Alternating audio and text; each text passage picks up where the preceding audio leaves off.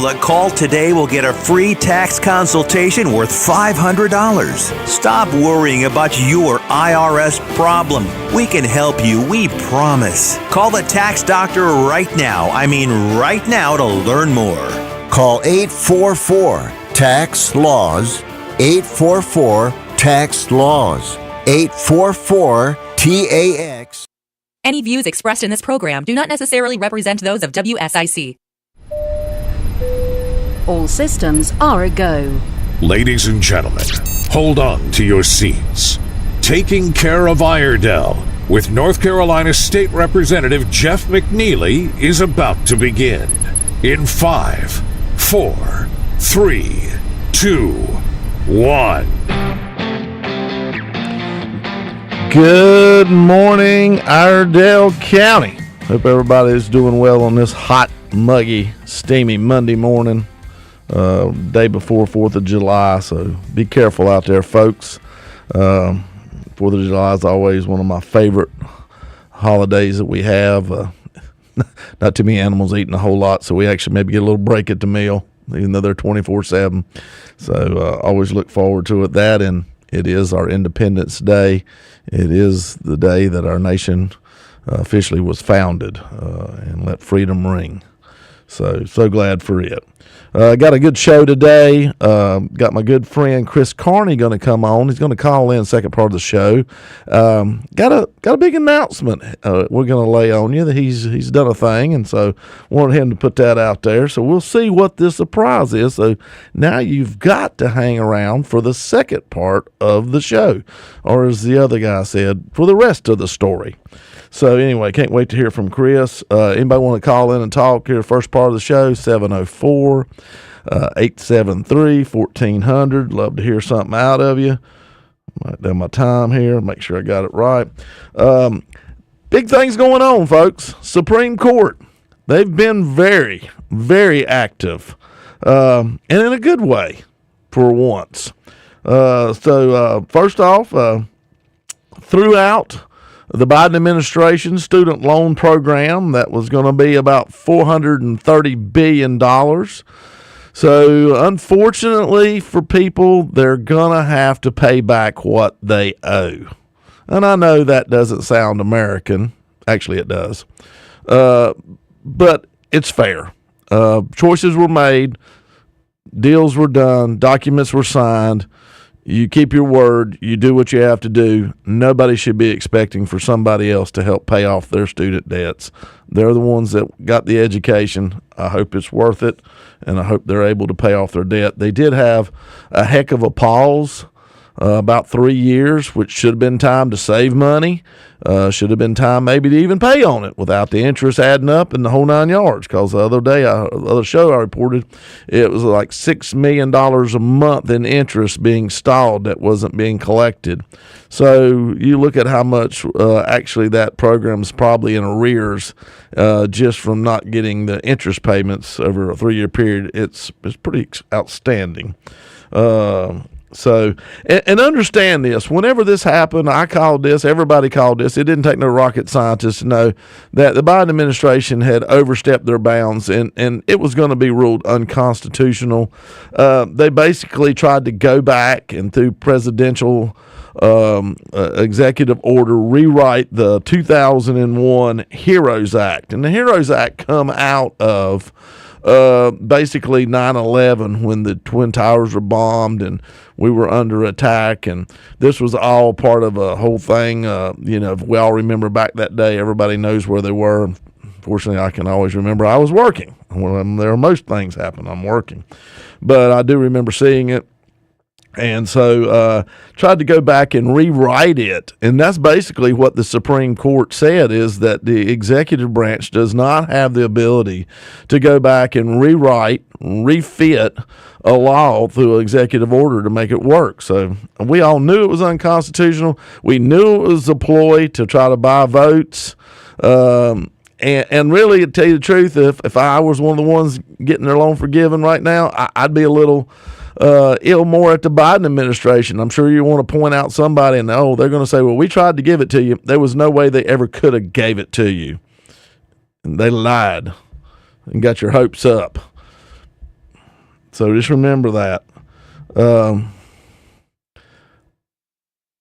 This is really a crazy thing to do to start with, in my opinion, to be able to just magically wave a wand and let the rest of us pick up the tab, because the money was spent.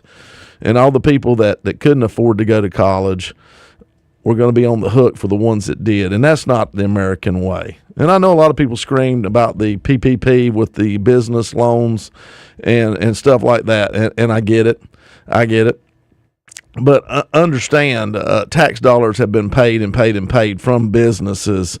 To me, that money will be reoccurred also from the PPP. It may be in a different way in a longer term, but it will be gotten.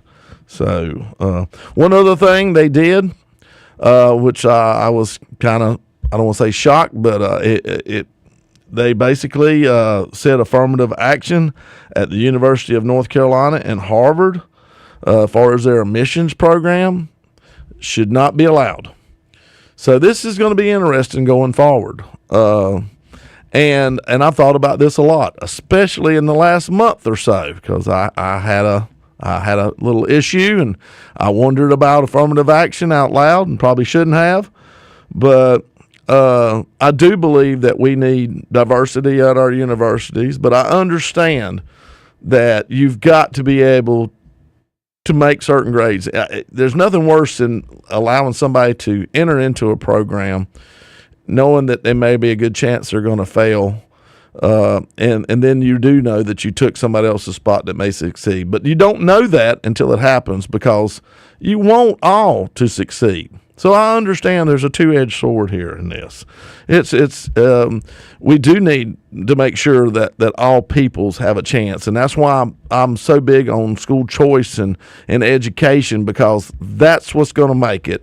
I really wish we would take off the race, the ethnicity box on the applications. I wish we'd take off even the gender. This your name and your grades, your scores on tests.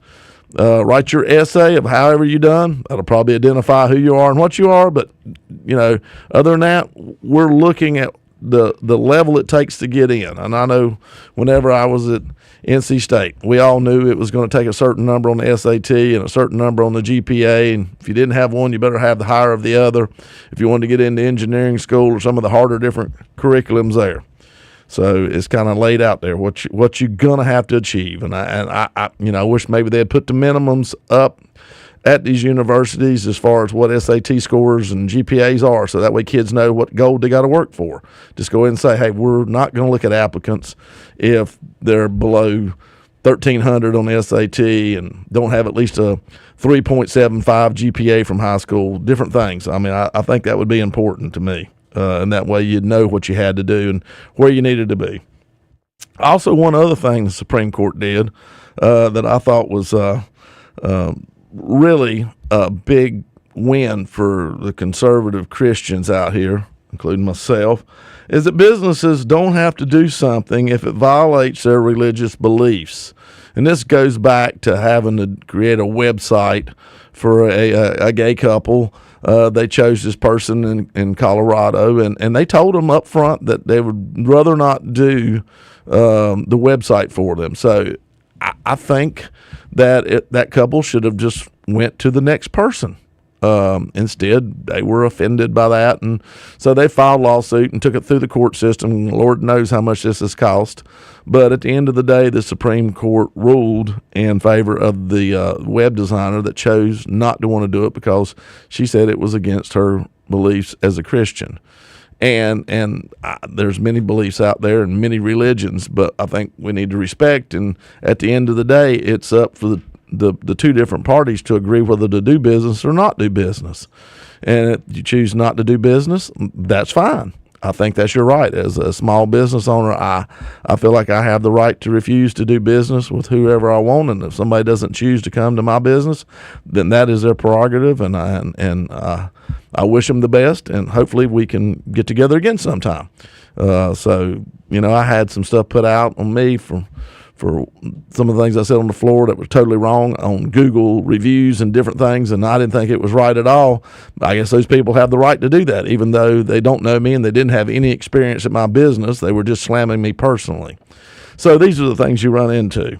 So I do think all three wins, or all three rulings, were wins for conservatives in this, and I think they just proved a point that we want everybody to pay their debts, to achieve on their own merits, and to be able to have the freedom to choose whether to do business with somebody or not to do business with somebody. And these are all constitutional rights, in my opinion, and that's how the court ruled.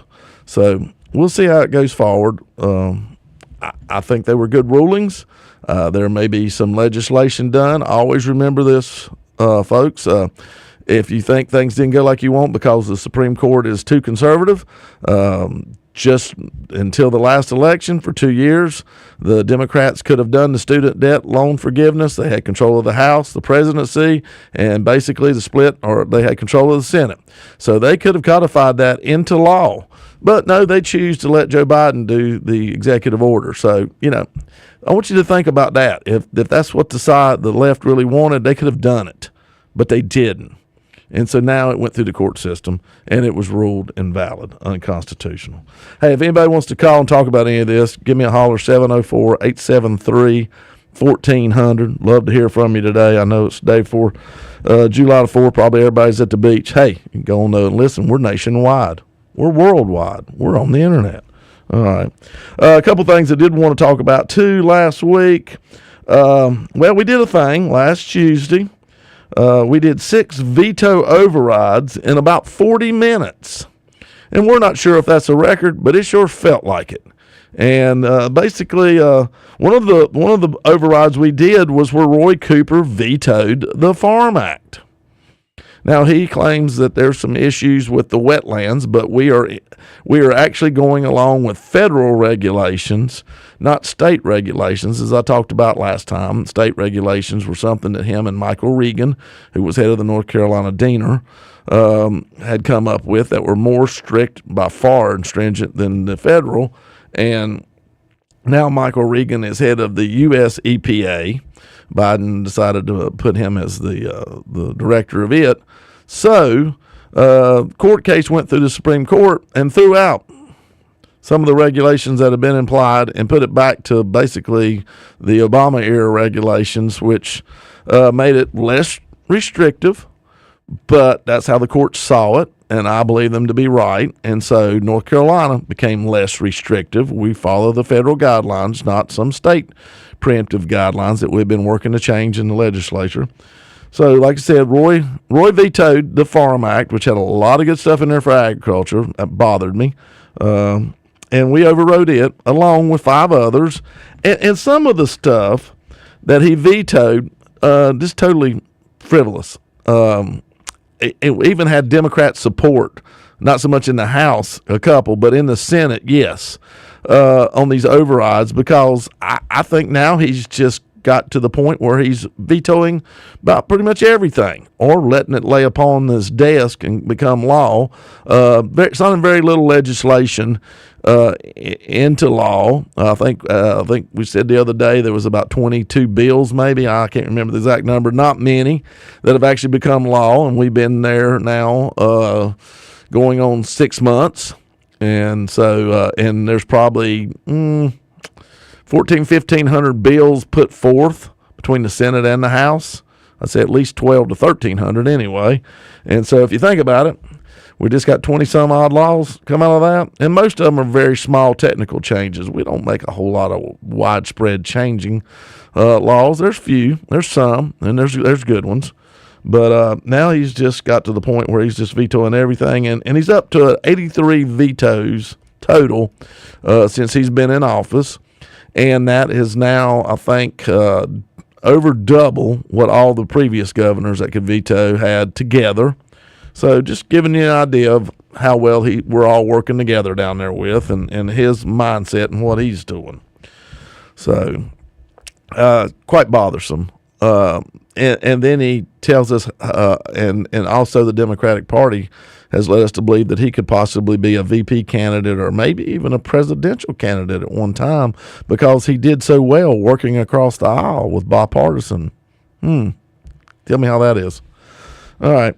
North Carolina Commerce Department failed to monitor about $128 million in federal workforce funds over the last year and a half, 2 years. There was an act called the Workforce Innovation and Opportunity Act. About 21,000 job seekers gave them access to employment, education, training, and supportive services to succeed in the labor market. Now, I don't know about y'all.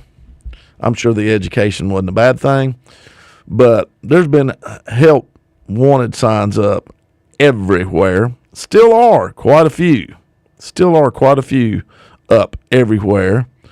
And best I can tell, we spent $128 million on 21,000 people. And I'm not saying the money went to them. I think it just went into the programs to train them. That's over I think it's about $6,100 a piece that we spent. And I have a really good feeling that a majority of that $128 million was wasted. It was unnecessary.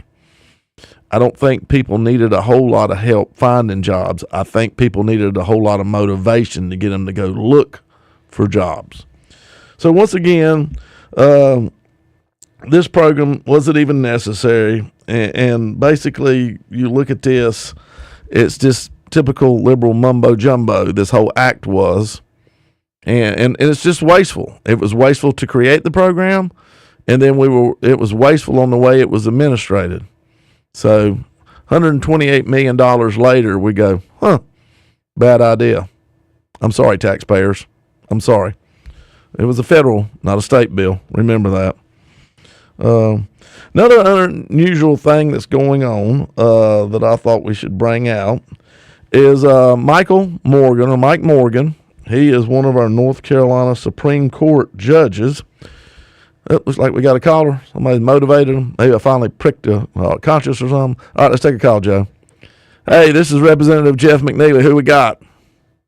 Hey, this is William. How you doing this morning, Jeff? I'm doing well, William. What you got on your mind? Well, it just goes to show you they got something right up there in Washington, D.C. for a change, even with Donald Trump not being there. But he had part in getting that done with the court systems. Oh, yeah. The only people that seem to be complaining about it is the ones that are looking for the free lunch. And then when are they going to get it through their heads that there ain't no such thing as a free lunch? Well, unfortunately, we've bailed out too many people too many times. Sorry to interrupt. Go ahead.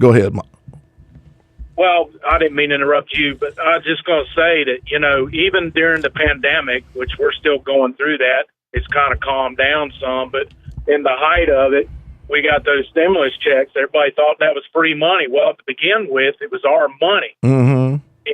And don't think for a minute that we didn't have to pay taxes back on that. Exactly. The Democrats, they're screaming all the time about equality this, equality that. Well, they got their equality if they think about it at the end of the day. So, I guess they're just going to complain, and I guess they're just not happy unless they are complaining.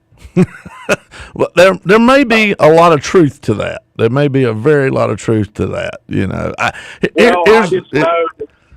Go ahead, Jeff. Well, I was just going to say, there's two different mindsets in the world. One is, I want my government small, and I will take care of my own business, and I just want the freedom. And the other is I want the government to protect me, take care of me from cradle to grave, and do all these things for me, and just take what money you want from me, and I'll be happy, and you just watch over me and tell me what's best for me. And those are the two mindsets, and I'm sorry I fall into the first one. I know. I understand what you're saying, Jeff. I totally agree. But, no, I just wanted to put my 2 cents in there worth. I'm happy with the way they did things up there. It kind of oversides what happened here in North Carolina with them passing that law to change the name to Fort Bragg to Fort Freedom. I don't have a problem with them changing the name. What I have a problem with is the way they went about it and the reason why they did it. I mean, that it's been Fort Bragg for as long as forever, and then all of a sudden somebody decides they got their feelings hurt because the Bragg name was in the Confederacy. I mean, come on now, people. If this is, we got to get our priorities straight, and our priorities are all out of whack. I'm gonna throw this out there, and it's not because I went to NC State, but we've talked about this many times down there. And when you say this, usually the liberals just shut up and walk away. But I mean, if we're gonna do this wokeness, we need to talk about the University of North Carolina mascot, the Tar Heels. I'm just gonna tell you. I mean, that came straight from Robert E. Lee, telling about how those boys stood and fight and how hard they fought.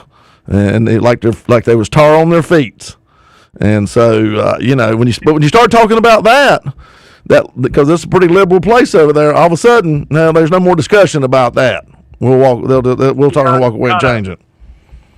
They kind of got selective choice with their ideas and everything. Almost, hypocrisy is a cool word for them to learn. But yeah, I totally agree with you. We just.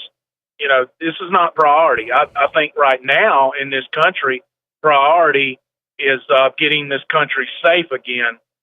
We got to stop the bleeding, Jeff, and then we can worry about Band-Aiding the wounds. And we ain't stopped doing that yet. We have not stopped doing that. Well, we had that mass shooting here over the weekend in Baltimore. 2 people dead, and I don't know, umpteen injured at a party, and people just come in and gunned them down. And the first thing people are going to holler come Monday morning is we need better gun control laws. Well, Baltimore is just right behind Chicago as far as how much gun control they have in their city and all this. And Chicago's number 1, and Baltimore's probably top 10. I don't know the answer as far as gun deaths. So it's not about the gun. Here's the problem. Are we willing to do the punishment that it takes to deter the crime? Because I'm telling you right now, whoever went in there, killed 2 people, and was meaning to kill a whole lot more, needs to get the death penalty, and it needs to be fairly swift. And the sad part is people know who did the shooting, and they won't turn the people in. That's the part that drives me wild. You know this bad actor. I know they knew this bad actor. Somebody does, and yet it seems that everybody clam up and don't want to talk. I don't know if it's because they're afraid of retaliation, or if it's just they don't want to see somebody get in trouble. I don't get it. So you gotta go back to the getting biblical here. Follow the money. Follow the money. That's where it's at. It's money, corruption, and everything, and we got to clean up Washington, D.C., and we had a man up there that was starting to do that. If we can get him back up there, he'll start cleaning it up again. But that's, it's been going on for many, many, many years. The Democrat and the Republican Party, for that matter, is not of our fathers, Republican and Democrat parties today. I sometimes find it hard to tell the difference. That's true. I'm just saying. You got a bunch of turncoaters up there, ain't no doubt. There's no doubt about that. But anyway, I'll let you go. I hope you and your family have a good 4th, and we'll be talking to you. Okay? You too. Be safe. Thank you, William. All right, we're getting down here close to coming to the end here. But I was talking about Mike Morgan. He has chose not to run again for his slot on the North Carolina Supreme Court judge in 24. Instead, he's thinking about running for governor. And it could get very interesting. Josh Stein, who's put his name out there a while back, has been the only really Democrat of name to throw his hat in the ring. But he's trailing Mark Robinson in the polls. Mark's our lieutenant governor. Not that there's anything good, bad, or different. He could be purple. He is a man of color. And Mike Morgan is a man of color. So my question is, are the Democrats getting worried that their white guy can't get it done? And are they looking for something different, some diversity? I don't know. It will be interesting to see. Usually they do pretty good about picking their candidate and nobody else jumps in, and so they ram it through. But this could get interesting, and so I always like to see some competition out there. I guess we'll see what happens. So keep your eye on Mike Morgan, North Carolina Supreme Court judge. Y'all hang tight. I got Chris Carney coming back for the second part of the show. I think you're going to really like it, so stay tuned.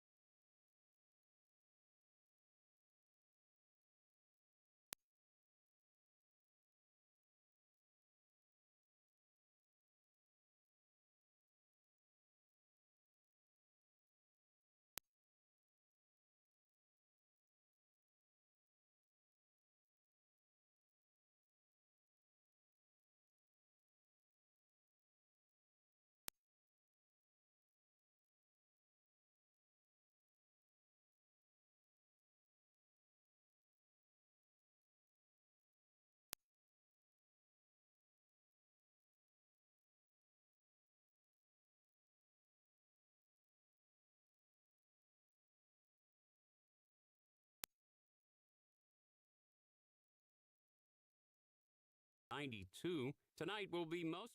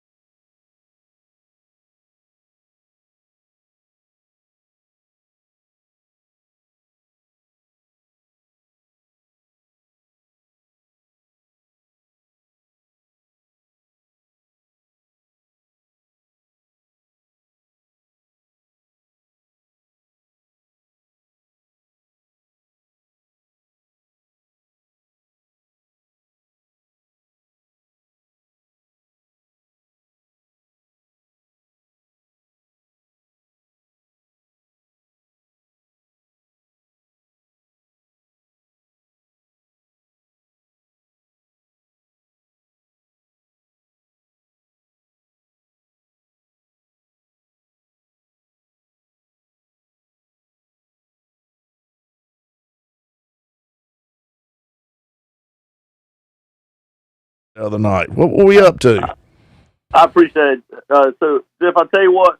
As you know, I was happy to serve as a town commissioner back in 2005 to 2011, as pro tem as part of that as well, and then on to the North Carolina Senate, which I served for a couple of years. So I'm really proud of that. And then I came home and did like we talked about. I got back to work, got back to my family. 'Cause that's what we say. Elected life should be something you do part time and then come back and work back at home, and that's what I did. I was really excited for that. Got to get the kids off to college and get some good time. Well, so we announced on Thursday a run for the mayor of Mooresville, and as you know, Mooresville, we've had our issues over the last decade. So I tried my best to move on to just some normal life, and unfortunately, I couldn't sit down at a diner or go out and enjoy meeting some friends without having people talk about how disappointed they were in some of the directions we were taking. And finally, I just decided, if you're blessed enough to have the ability to help, you should. Well, there you go. There you go. And we're not going to come here to either praise Caesar or bury him. But Chris, I feel like you have a unique skill set. And some of it is what you do now. A lot of people talk to me and say, "What does Chris do?" I said, "He solves problems." That's what he does. Yeah. He solves problems. And somebody says, "Well, how does that work?" And I said, "Trust me. You got a problem, go talk to him. He'll solve it." And that's what being a mayor or an elected official does. We solve problems, whether it be through the legislative, elective side, or whether it be through the private sector side and working with government to try to come to some kind of a compromise or bridge to get through a problem or whatever. And I think that is the unique skill set that you have. Well, Jeff, I appreciate you saying that. And I've been lucky enough to have some great friends that I've gotten to know over the years of being elected and being outside of office now. And essentially, to your exact point, being mayor is taking your issues to the people who have the ability to help you fix them, because it is a team game. And that's the thing that people miss out. When they get more caught up in the I than the we, usually bad things are ahead. And so when you get in talk to your friends that are in office that can help you, whether it be the county commissioners or y'all at the state level, and things to your attention, we have a whole lot better chance of getting them fixed. So I'm really thankful for our relationship, and that, as you said, of so many others at the state level that are going to be my friends. And I think that's going to really help us, especially as you know, more as we've got a road issue. We just do. We have a traffic issue. Well, I was trying to come down there to the event the other night, and I wasn't but about 4 miles from you, and I think I was stopped, and so I texted you. I said, "I'll be there between 15 and 30 minutes." And that's when I got down there. I said, "Hey, y'all know y'all got a traffic problem?" I think everybody nodded their head yes. I think they know it more than me. Sometimes you don't know how blessed you are till you drive into the traffic, because up here in Statesville, not too bad. Not too bad. Well, DOT chairman, we're going to have lots of conversations. Yeah, I got a feeling. We're going to discuss a lot of different angles. I think we're going to have to discuss a lot of different angles. So we'll go back. A little bit about yourself. Born over, I guess, Catawba County, wasn't it? So I did. I grew up in Hickory, and I was fortunate to do that. Yep. And then Frank and I obviously met. My wife and I met lifeguarding over Catawba Country Club. And I tell everybody who knew at 17 you'd have you meet the person that you're going to marry. So she went on Chapel Hill, I went to State, and we've had just a fantastic life in Iredell County. We did like all young couples. We thought we'd do a couple years down in Charlotte and realized that just wasn't a place to raise a family. It didn't meet our values, and so we looked up the interstate. And it's funny we talk about Jason. We looked at Denver and we looked at Mooresville, and and at the end of the day, we settled in with Mooresville. We just felt like it felt like home to us. And, we found a nice church, Williams Chapel. We've been there ever since. And, we've raised the 3 kids, Rachel and Maddie, who, of course, are twins, that went all the way through. They went through the Lakeshore Elementary. We did the public school with them all the way through South Iredell IB. And they went on to Chapel Hill, and they're doing great. One's in law school, and one's on their way to, hopefully PA school. And then of course, Will's 19, and same thing. He went through in South Iredell and played lacrosse up there. And so I joke, I've spent a lot of time in a lot of the schools in the southern half of the county. So we're really blessed to have that lifestyle. But with that comes a lot of people decide to also want that lifestyle. Mm-hmm. Yeah, they did, and there's more. They're not done. They're not done. Yeah. And that's so funny. There's just talk about moratorium, and I certainly get it. The problem is when you talk about moratoriums, it's kind of a hatchet fix to what's probably a scalpel problem. And I think that's the piece we got to have a little bit more of a conversation about. People are obviously frustrated about these standalone apartment complexes, as they should be. They bring very little value to the existing citizens, and that's the place we need to have more conversation.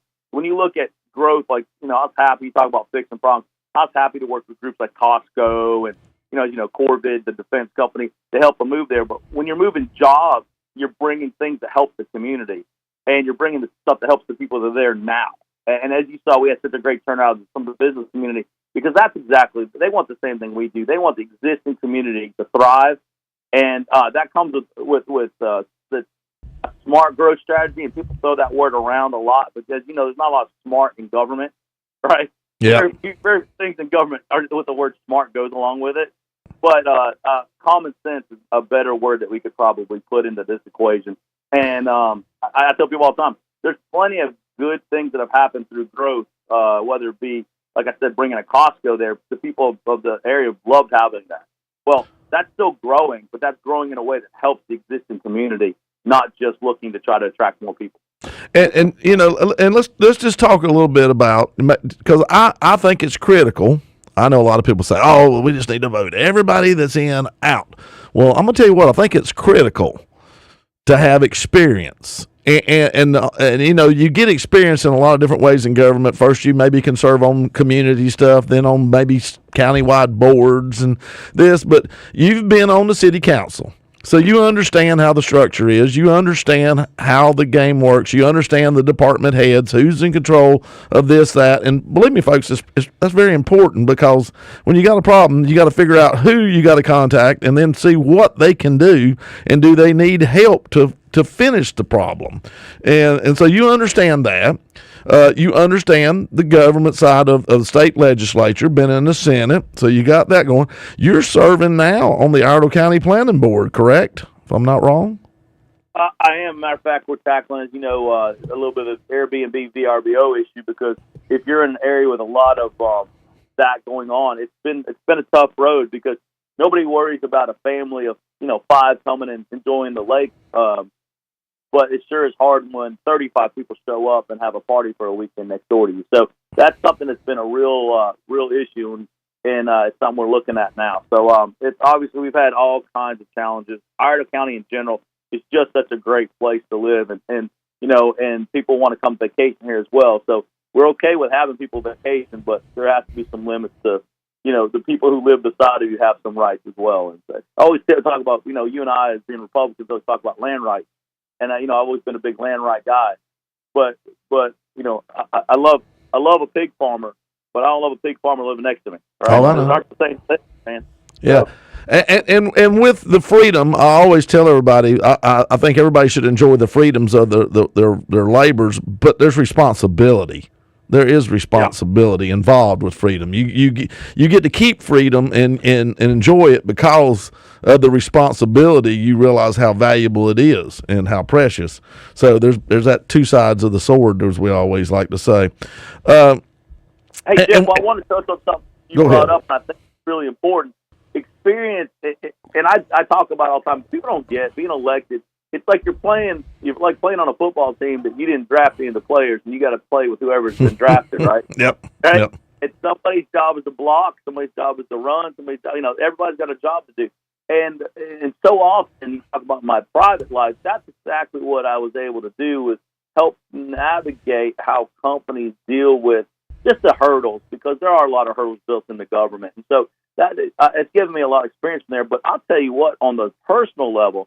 And you know this, the amount of phone calls we have that overlap and go into other parts of government. Because the average person, government's got lines, they don't know what those are. They don't know where the county starts and the town stops and the starts. And And so you'd be surprised. And I have this great story. I remember this really nice veteran called me, and he had a heart attack, and he said, Chris, they ran me down to, Navant, and now, the VA is giving me a hard time about paying it. He goes, they said, well, I should come to the VA facility. He said, gosh, I was having a heart attack. The ambulance went where it went, right? Yeah. And that's the kind of stuff people run into.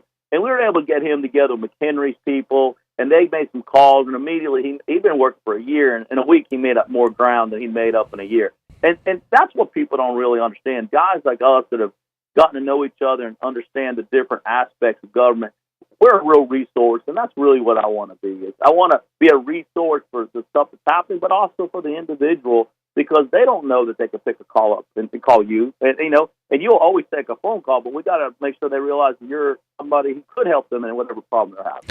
Yeah, I mean, we constantly do that. I always laugh. So I say, well, I know a guy or I know a girl. I know somebody. Let me make a call. Let me make a call, and that's what you do. You got to know who to call. Just like I said earlier, you know the departments, you know the department heads.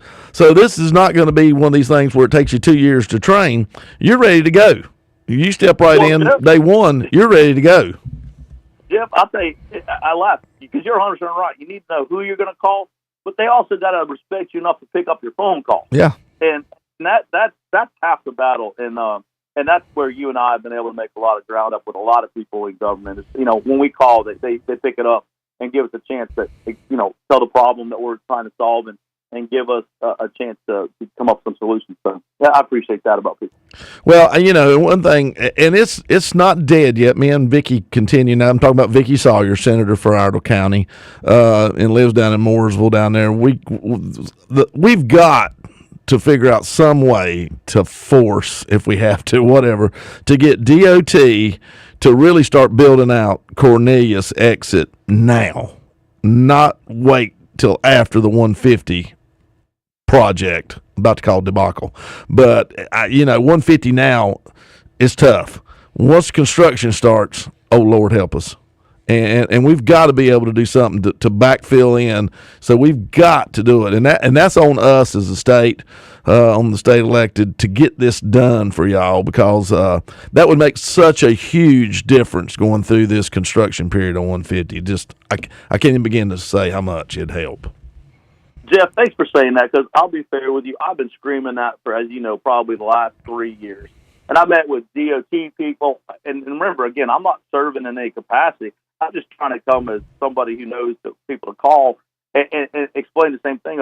I remember, you remember this, when we were building out Broad School Road back in the day, it was miserable. Miserable. Now imagine Broad School Road probably has a third of the traffic that 150 has. Mm-hmm.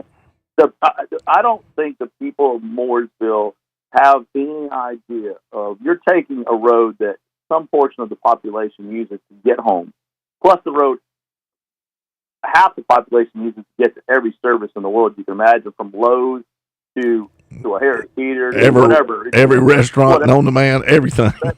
That's right. And then on top of it, it's the road that connects, Salisbury to Lincolnton. Mm-hmm. And then in between there, you got a little place called Sherrill's Ford that's exploding at the seams with cars.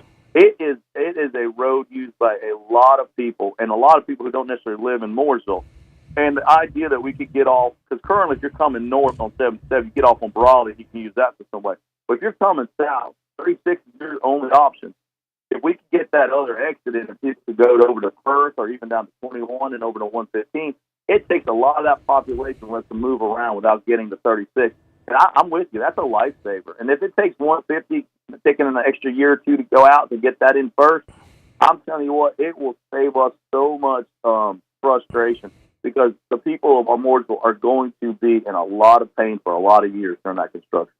Well, and the other night at the reception, you had talking to one of the realtors down there, a lady, and she asked about the moratorium, they're wanting to put on building. I said, well, I don't think you'll have to worry about that. I said, as soon as they start constructing 150, nobody's going to come live here. Yeah, that's right.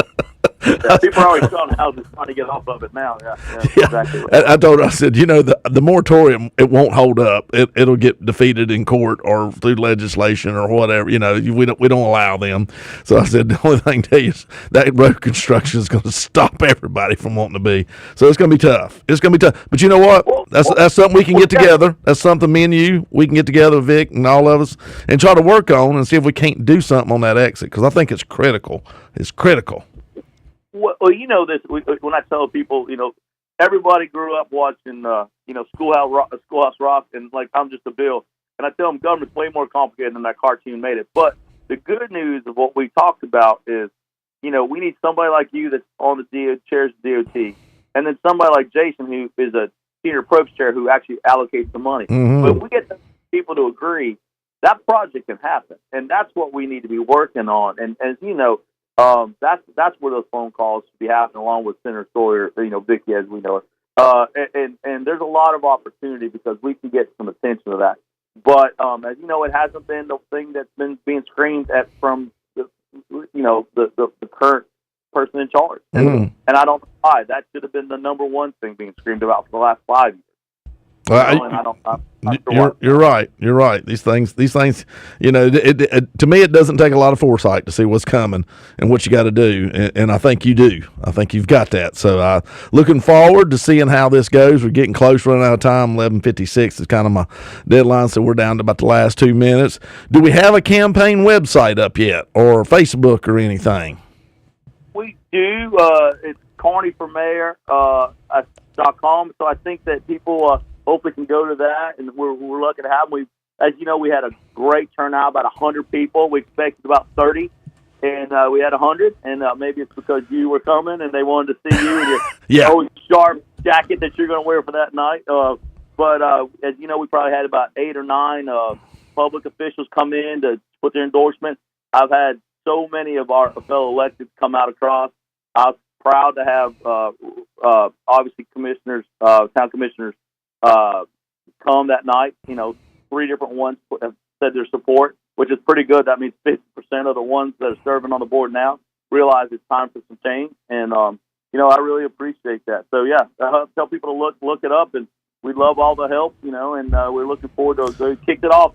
Like I said, that was a huge fundraiser, the largest one Iredell County's ever seen. So that's important. I tell you what, besides that, Joe just held up a sign. Usually I've got like 30 seconds. He held up a 4-minute sign. So we got some more time, Chris. I guess because all the commercials, we got a little more time to chat and whatnot. But I will say I learned how to do a fundraiser the other night, and I took notes of all the people that were there. So hopefully I can, be able to touch them too, as we say in politics, in a good way. So... But impressive, the business community. That's what usually you and I have always had fundraisers and had individuals come, and we're so thankful for them because the people who come out to vote, we appreciate them. But have you ever seen a business community more motivated than you did the other night? It was really humbling. Well, and I think the straw that broke the camel's back, and we'll say that is your deciding moment, was, on, I guess that's 33 where Langtree is, correct? Let me get my exits right.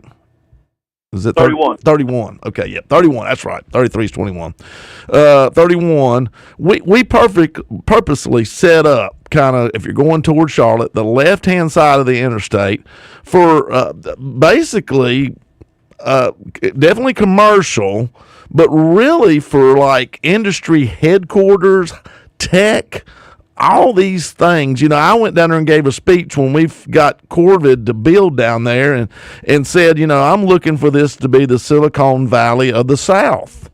And I think a lot of people would move from California to us now. And so we said all this. Well, then some people decided that would be a good place to put apartment complexes. And now, Chris, you and I both know how valuable and how hard it is to maintain commercial property for the future, because everybody's always wanting to put something, what's going to be the quickest, easiest, fastest dollar, and looking for the right fit doesn't always come along real quick.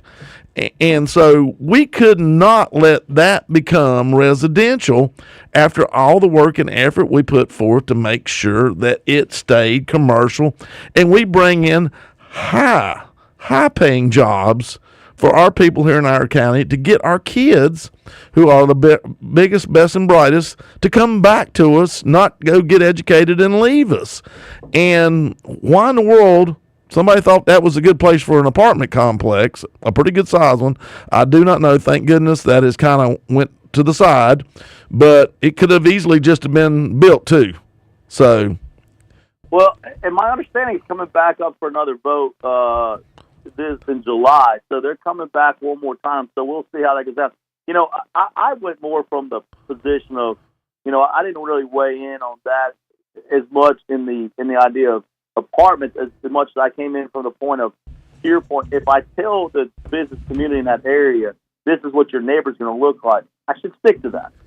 You know, you've invested there's a lot of millions of dollars invested in that corridor. You got Lowe's down there, like you said, you got Corbett down there. Corbett's looking to expand to add defense manufacturing in that area, which is, as you know, something our state desperately needs. You know, the next exit down in Dave's, you got Ingersoll Rand. So, I mean, that area through there has got a lot of people that are inventing a lot of great things and doing a lot for creating great jobs. And I just don't really understand why that was such an easy decision to change, because it didn't add anything to the existing people's. Chris, we are going to have to go. I'll get you back on soon. I'm glad you're running. All right, just stay with me. I'll say the prayer. Dear Heavenly Father, dear Lord, pray you be with us, watch over us, protect us, give us wisdom. In Jesus Christ's name, amen. Thank you, Chris. Thank y'all. Tune in next week.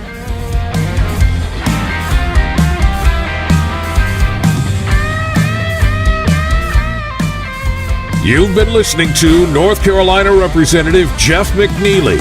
Join Jeff again next Monday morning at 11:05 for Taking Care of Iredell on News Talk WSIC. The new 105.9, 100.7. Yeah, they're done. Oh, is there? This is Jeff McNeely. Who we got? Hello? I think they're dead. Okay. All right.